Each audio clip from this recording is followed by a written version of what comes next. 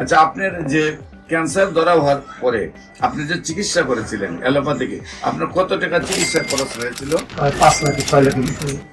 বিশেষ করে আমার সাথে MBBS doctor, DSMS doctor, BSMS ডাক্তাররা আছেন গণস্বাস্থ্য হোমিওতে, এবং আমরা সবাই সহযোদ্ধা হিসাবে নিয়ে কাজ করে আমরা যে সফলতা পেয়েছি তার একটু প্রমাণ আপনাদের সামনে তুলে ধরছি। ভাইজান, আপনার নাম? লিটন দাস। লিটন দাস। আপনার পিতার নাম? বলেন বলাই দাস। আপনার ওয়াইফের মায়ের নাম? সরস্বতী দাস। সরস্বতী দাস। আপনার ওয়াইফের নাম? ওয়াইফ নাই, বিয়ে করেন নাই? আচ্ছা আচ্ছা। আপনার বাসা কোথায়? সাইদাবাদ, পুলিশ ফাঁড়ির পেছনে। সায়দাবাদ, পুরান ঢাকা, পুলিশ ফাঁড়ির পেছনে।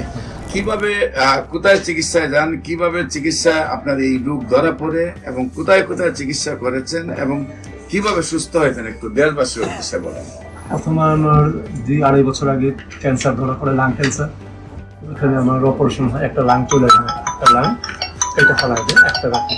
আর কেমো দিয়েছিলাম 3-4টা কেমো দেওয়ার পরে আবার 2 বছর পরে এটা ফিরে আসে শরীরে। ডাক্তার বলে আবার কেমো দিতে হবে। তো আমি আর কেমো না দিয়ে আপনার স্বর্ণপূর্ণ আপনাকে ফেসবুকে বিভিন্ন। আপনি প্রথম যখন ডাক্তারের কাছে গেছেন, যাওয়ার পরে ধরা পড়ছে আপনার ক্যান্সার হয়েছে। হ্যাঁ, তো ক্যান্সার হওয়ার আগে আপনি ডাক্তারের কাছে গেছেন, আপনার কি প্রবলেম হতো? আমার কাশি হইতো, কাশি হইতো। কাশি হইতো আর শুকায় যাবে। পর্যাপ্ত পরিমাণে কাশি হয়তো, তারপরে ডাক্তার দ্বারা গেছেন, ডাক্তার দ্বারা যাওয়ার পরে দেখা গেল আপনার লাং ক্যান্সার। তারপরে আপনি লাং কেটে ফেলেন, কেটে ফেলে 2 বছর মোটামুটি একটু সুস্থ থাকেন। তারপর আবার ক্যান্সার ব্যাক করে, আবার কফ টফ সব চলে আসে। সম্মানিত দেশবাসী, প্রত্যেকটা ক্যান্সারে কেমোথেরাপি, রেডিওথেরাপি বা অপারেশন করার পরে কিছুদিন ভালো থাকে, আবার রিটার্ন ব্যাক করে।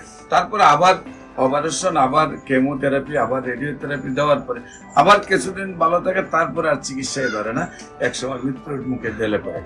সবাইকে আমাদের অফিস ভিজিট করার আমন্ত্রণ জানিয়ে যে কোনো প্রয়োজনে স্ক্রিনে দেওয়া নম্বরে যোগাযোগ করার জন্য আহ্বান জানিয়ে শেষ করছি। সবাইকে ধন্যবাদ। আসসালামু আলাইকুম ওয়া রাহমাতুল্লাহি ওয়া বারাকাতুহু।